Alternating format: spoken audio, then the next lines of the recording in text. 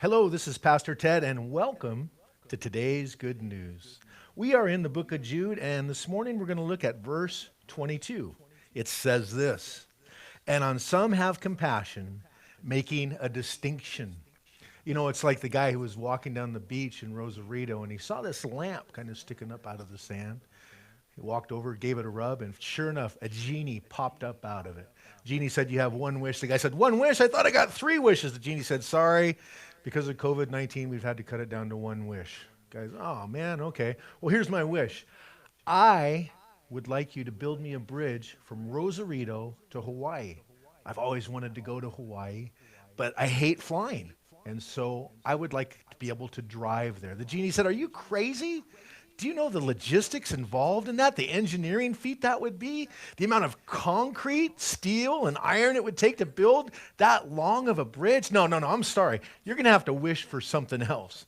The guy said, "Oh, man, really? Okay, well, you know, women have always perplexed me. I just don't understand women.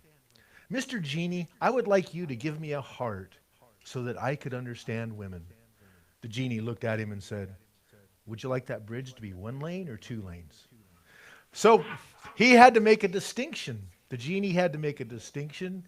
And Jude is telling us here, hey, when you're ministering, you have to make a distinction. You can't just be like a bull in a china shop and just be breaking vessels and cracking vessels wherever you go.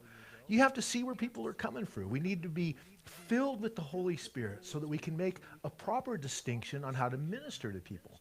Here, Jude is telling us to minister with compassion.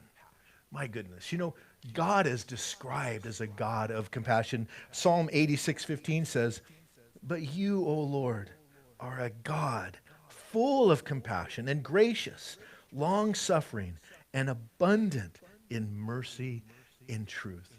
We need compassion to minister to people. You know, I remember when I was going to Calvary, South Bay, Pastor Steve Mays was the senior pastor there. He's since gone to be with the Lord. But at the time, he told me and a couple other fellows this story. One day, him and his wife woke up, and they went into their 16-year-old daughter's bedroom, and she was gone. The bed was perfectly made. All her clothes were there, but she was just missing. A day goes by. A week goes by, a month goes by. Matter of fact, it went on for 3 years. And Pastor Steve said during that 3 years, of course, they were in anguish. They suffered greatly. They cried out to the Lord many times. And he said through that time, the Lord ministered to him in a wonderful and a special way.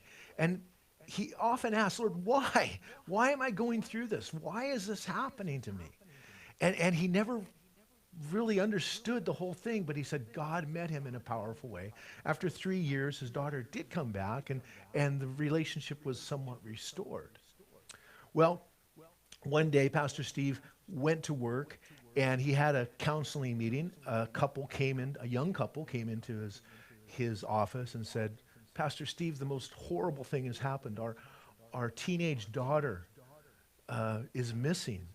Last week, we just went into her bedroom, and everything was there. The bed was made, but she was missing." And Pastor Steve started to smile a little bit, and he almost laughed. And they looked at him and said, "What are you doing? How can you laugh at this horrible situation?" And Pastor Steve said, "I'm so sorry, but I realize something now. Why God had me go through what I went through is so that I can minister to you right now." He was able to have compassion on him because he had suffered the same thing that they had went through. You guys, Jesus has compassion on us because he went through everything that we could ever even think of going through. Hebrews 4:15 says, "We do not have a high priest who is unable to empathize with our weakness, but we have one who has been tempted in every way, just as we are, yet he did not sin." Jesus went through everything that we could ever even think of. He was beaten. He was lied to. He was cheated on. He was everything. And yet he did not sin. And therefore, he can empathize with us. He can have compassion with us.